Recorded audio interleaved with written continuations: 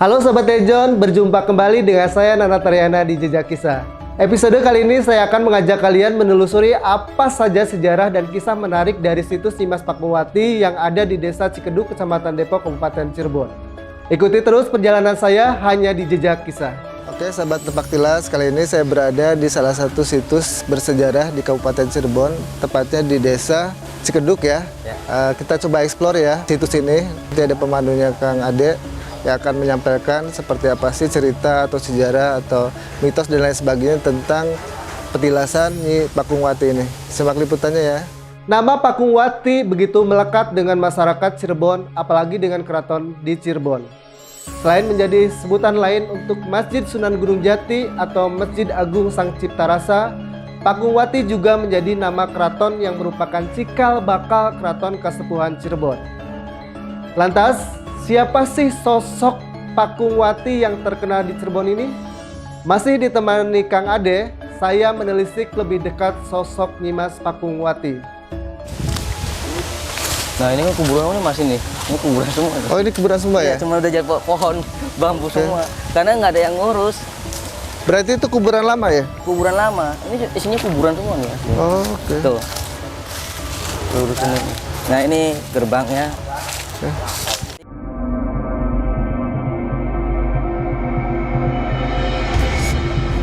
Ini gerbang pertama ya? Ya gerbang pertama.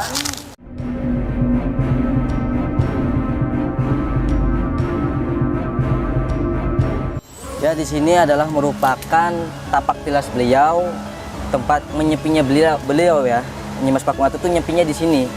Nah ini salah satu area kalau zaman sekarang mah pos penjagaan pertama, ring pertama. Ada batu satu dengan tapak jari dua, itu mungkin kalau zaman sekarang namanya fingerprint ya, fingerprint. Jadi siapa yang mau masuk ke area Nyimas Pakungwati harus fingerprint dulu. Kalau mata-mata dia akan terpental, kalau dia emang utusan dari Cirebon dia akan tidak apa-apa, langsung masuk kayak gitu. Jadi ini salah satu pos penjagaan pertama. Langsung masuk sini.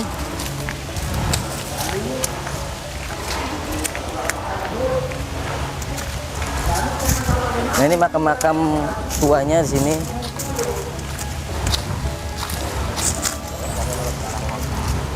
Nah makam beliau di sini posisinya. Makomnya. Nah ini simbol Pakungwati, karena Pakung itu artinya udang, Wati itu perempuan, udang perempuan. Nyimas Pakungwati adalah istri ketiga Syekh Syarif Hidayatullah atau Sunan Gunung Jati. Beliau merupakan anak dari seorang ayah yang bernama Pangeran Walangsungsang atau Pangeran Cakrabuana dan ibunya bernama Nyimas Endang Gelis. Dalam bahasa Cirebon kuno, nama Pakungwati memiliki arti udang betina. Hal itu merujuk pada ciri khas Cirebon yakni udang. Dinamakan Pakungwati karena Pangeran Walangsungsang sebagai seorang penemu terasi yang mana salah satu bahan pembuatannya terbuat dari udang. Kecintaan Pangeran Walangsungsang pada udang begitu tinggi, maka tidak mengherankan jika sang pangeran menamai anaknya dengan nama Pakungwati. Selain bermakna udang betina, nama Pakungwati juga bermakna putri dari pencari udang. Assalamualaikum. Nah di area sini merupakan area tapak tilasnya beliau atau makom Nyimas Ratu Pakungwati, atau masyarakat Cikedug mengetahuinya itu Nyimas Mudra Pakungwati. Yang ini makomnya beliau. Dan ini ajudan laki-lakinya namanya Temenggung Arya Wibra. Kalau ini Nyimas Liris. Ini pamongan perempuan yang selalu membantu Nyimas Pakungwati saat di sini. Jadi di sini adalah tempat beliau saat itu nyepi. Infonya itu saat beliau nyepi keluar dari keraton. Menurut literatur cerita, Nyimas Pakungwati itu sedang kesal karena Sunan Gunung Jati nikah dengan Putri Ongtin. Nah, akhirnya beliau lari. Sebelum ke sini mungkin beliau napak tilas ke desa-desa lain, tapi akhirnya di sini beliau di Desa Cikedug. Akhirnya beliau menenangkan diri dengan cara mudra. Mudra mungkin seperti ini tangannya, posisi body shiva atau tapak seperti itu untuk menenangkan diri. Dan beliau menenangkan diri di sini bukan berarti hanya diam saja, tapi sambil menyebarkan agama Islam di wilayah selatan Cirebon seperti itu.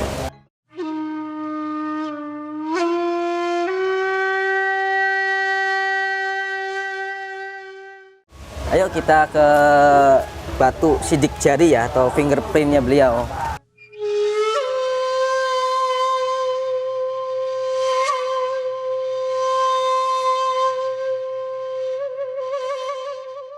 Pesanggerahan Pakungwati adalah sebuah lokasi yang dulunya dijadikan tempat tinggal Nyimas Pakungwati sebagai tempat persinggahan sementara selama melakukan dakwah Islam sekaligus untuk menenangkan diri dari pikirannya karena masalah dalam rumah tangganya bersama Sunan Gunung Jati.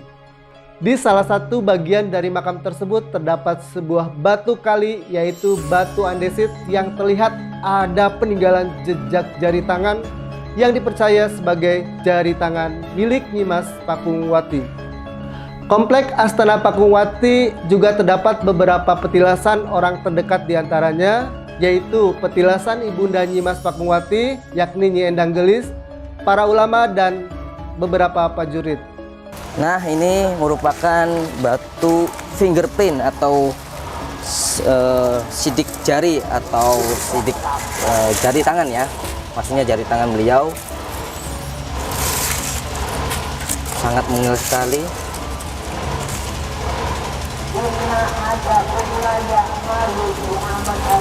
Ini tahun berapa Mas kira-kira? Mungkin secara arkeolognya itu mungkin abad 15 ya Kang ya, karena kembali lagi Nyimas Pakungwati itu hidup pada masa-masa itu abad 15 ya. Kayak ini sidik jari ya? Ya, sidik jari. Yang sidik jarinya yang mana? Tangan kanan tuh, jari kanan. Ini. Oh gini ya? Ya, ibu apa? Jari telunjuk sama jari tengah. Oke, ini ya? Ini ya? Ini. Seperti ini ya? Ya, betul. Ini setelah diteliti memang pada zaman tersebut? Ya, betul. Dan ini kalau kita ukur pakai satelit itu arahnya ke Gunung Jati. Oh. Arahnya ke Gunung Jati. Makna apa yang tersirat wallahu alam, tapi mungkin ada kaitannya ya. Karena beliau itu karena orang-orang zaman dahulu tuh meninggalkan ciri dengan kode-kode yang mungkin secara nalar tidak bisa tercapai ya, seperti itu. Kan ini salah satu buktinya, batunya beliau ada di sini. Dan ini turun temurun, dan saya dari leluhur saya seperti itu. Ini batunya beliau. Sidik jarinya beliau di sini. Karena saat itu beliau sedang kesal, sedang kalau di Cirebonnya pundung. Sunan Gunung Jati menikah dengan Putri Ongkin, akhirnya dia keluar dari keraton. Tapi keluarnya beliau itu bukan marah-marah sama suami, enggak, tapi dia menenangkan diri dan menyebarkan agama Islam, membantu syiarnya Sunan Gunung Jati di wilayah selatan barat ke arah Kuningan dan Majalengka, seperti itu.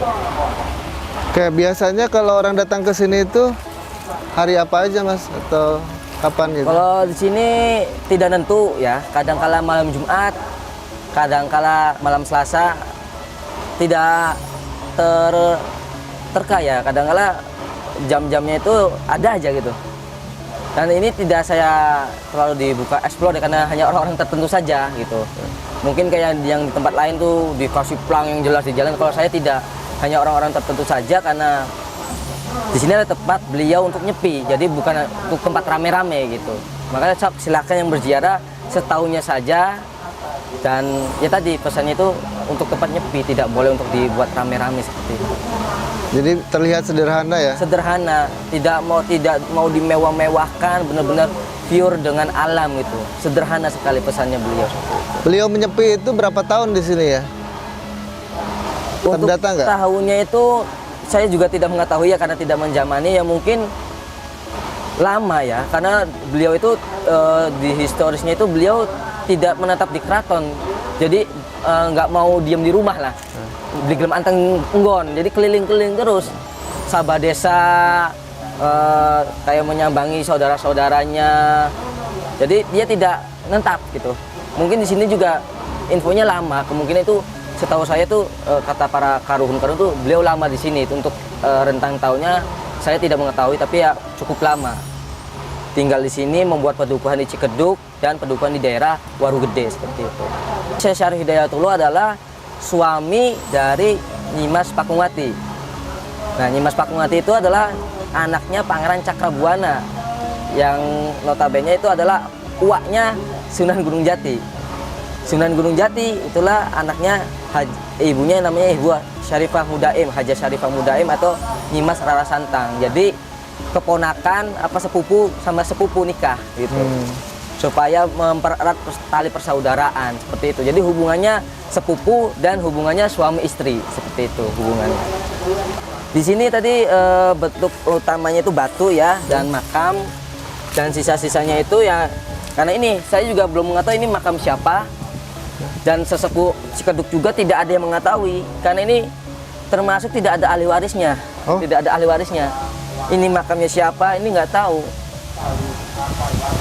Tapi menurut literatur di sini tuh bukan hanya Nyimas Pakungwati saja, ada Nyi Endang Gelis, ibunya beliau, ada Nyimas Gandasari, terus dari Banten itu ada Nyimas Kawung Anten. Beliau kumpul di sini, tapi ya wawalah makamnya sebelah mana, karena sesepuh di sini pun tidak mengetahui makam yang mana, karena ini benar-benar tidak ada ahli warisnya. Jadi orang banyak yang dikuburnya sebelah barat. Kalau ini nggak ada real, ini tidak ada yang ngurus. Cuman ya tadi kesadaran masyarakat ikut bantu-bantu saya bersih-bersih di sini. Oke, berarti ini sebenarnya makam-makam ini yang belum terdata, ini makam-makam siapa ya? Makam-makam siapa, sampai saya tanya ke sesepuh pun ya nggak tahu. Sampai sesepuh pun yang dulunya masih kecil ya nggak tahu makamnya, nggak tahu orangnya, nggak tahu siapa keluarganya seperti itu. Secara nalarinya gini, seorang ratu keluar dari keraton nggak mungkin sendirian, nggak mungkin. Seorang permaisuri itu tidak mungkin sendirian. Pasti ada pengawalnya, orang-orang penting beliau pasti mengiringi.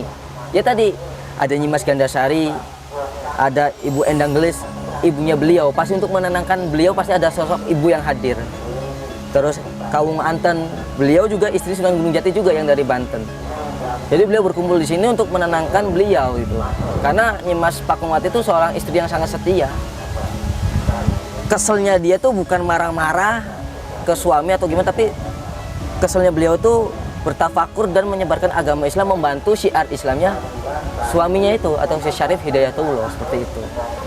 Yang ini namanya padasan, ini zaman sekarang. Oh, zaman sekarang. Simbol saja. Oh, simbol aja. Okay. Karena ini kan Nyimas Pakungwati kan udang ya, namanya Pakungwati. Pakung itu udang, Wati itu perempuan. Karena kembali lagi nama itu sempalan atau pemberian dari Mbah Kuwu Cakrabuana atau bapaknya beliau. Itu karena Pangeran Cakrabuana tuh seorang pembuat terasi gitu. Terasi itu pakung, pakung itu udang. Udang kecil, Pakungwati. Jadi karena beliau Pangeran Cakrabuana itu kesehariannya itu nyari udang rebon. Nah, akhirnya terinspirasi lah untuk menamakan nama beliau itu Nyimas Pakungwati. Pakung artinya udang, Wati itu adalah perempuan. Yang menurut saya tahu itu Pakungwati nama beliau sejak lahir. Karena tadi Pangeran Cakrabuana itu ya keceluknya pembuat terasi. Jadi sebuah gelar ya. Jadi saking cintanya karena Nyimas Pakungwati adalah putri pertamanya beliau dari istri Nyimas Endang Gelis. Beliau dari Gunung Marapi, Ciamis atau Galuh. Dari bapaknya itu namanya Ki Danu Warsih, pertapaan Gunung Marapi, Ciamis, Raja Desa seperti itu. Ada cerita-cerita unik nggak Mas terkait dengan situs ini? Ya untuk kesan-kesan unik dan di luar itu kan pasti ada ya namanya di tempat seperti ini. Kayak contoh saat itu ada orang yang berziarah itu polisi. Saya tidak mengenal beliau dari mana.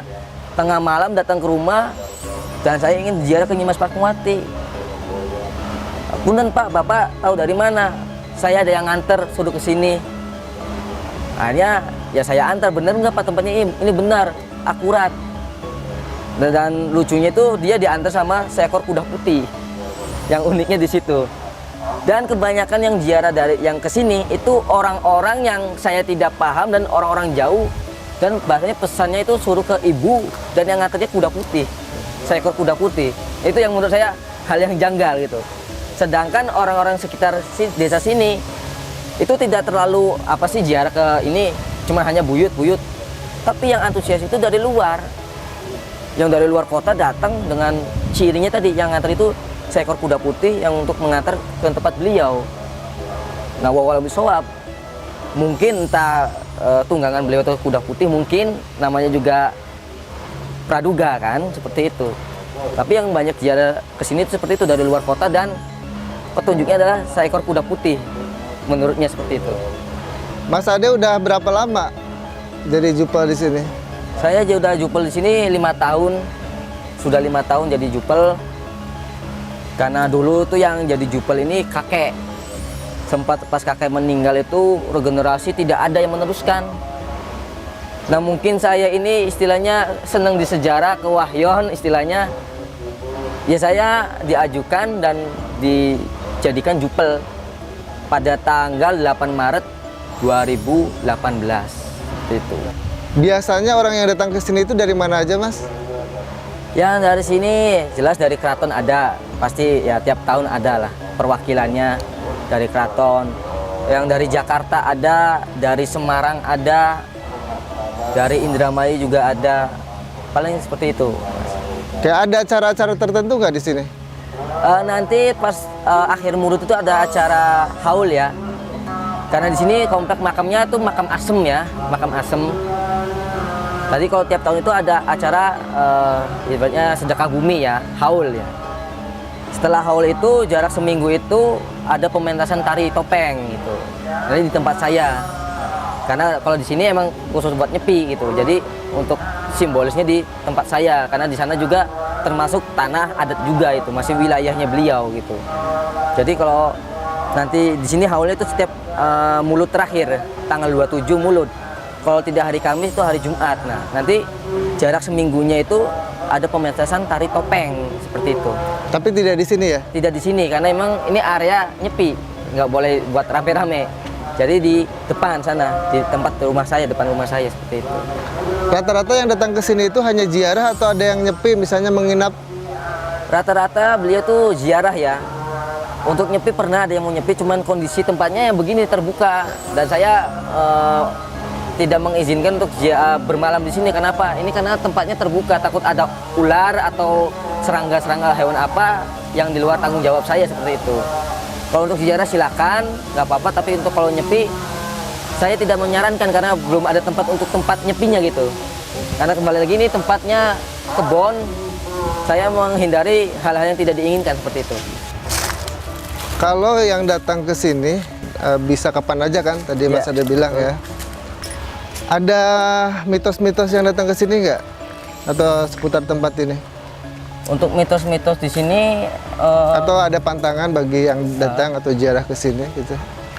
Paling ya satu ya orang lagi haid ya, paling nggak boleh ya, jelas itu. Paling hanya itu saja sih, kayak larangan yang lain-lain itu yang rinci apa tidak ada.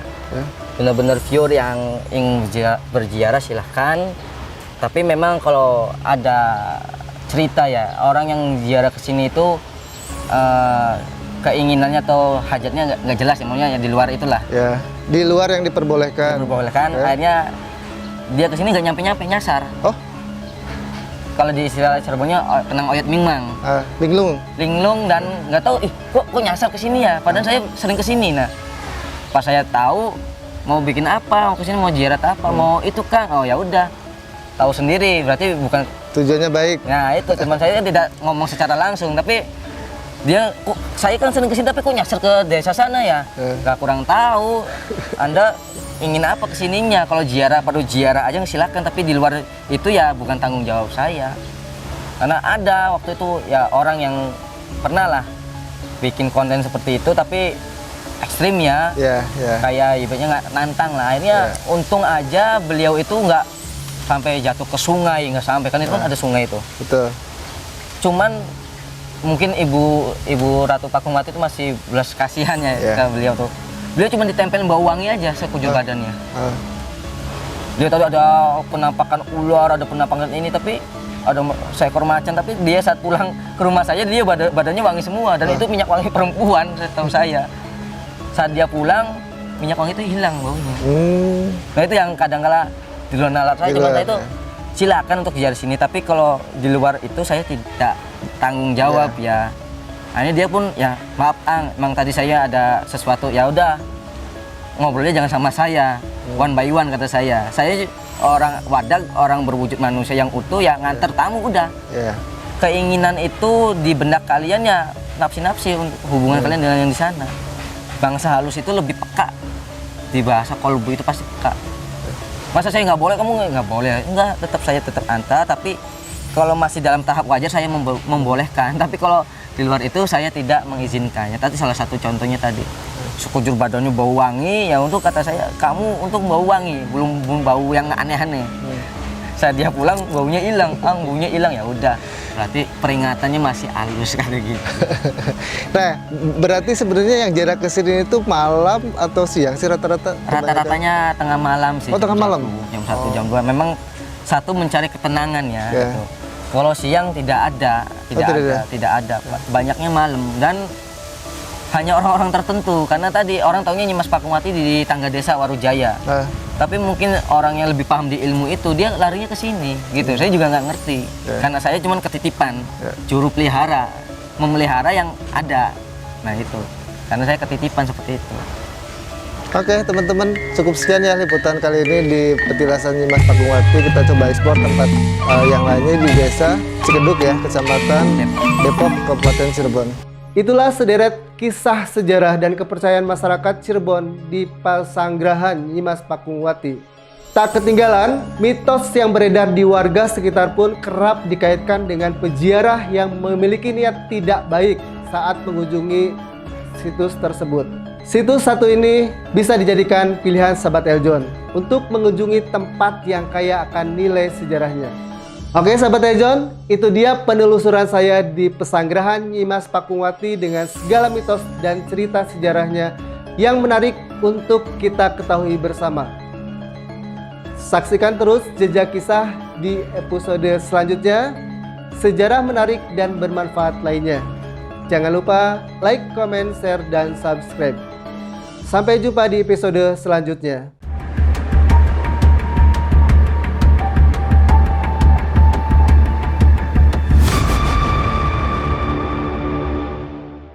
Hai sahabat Eljon yang ada di rumah, perkenalkan saya Desi Rahel Syagian, Putri Bumi Indonesia Udara 2023. Gimana, udah nonton videonya belum? Jangan lupa di like, share, dan subscribe video ini ya. Sampai ketemu!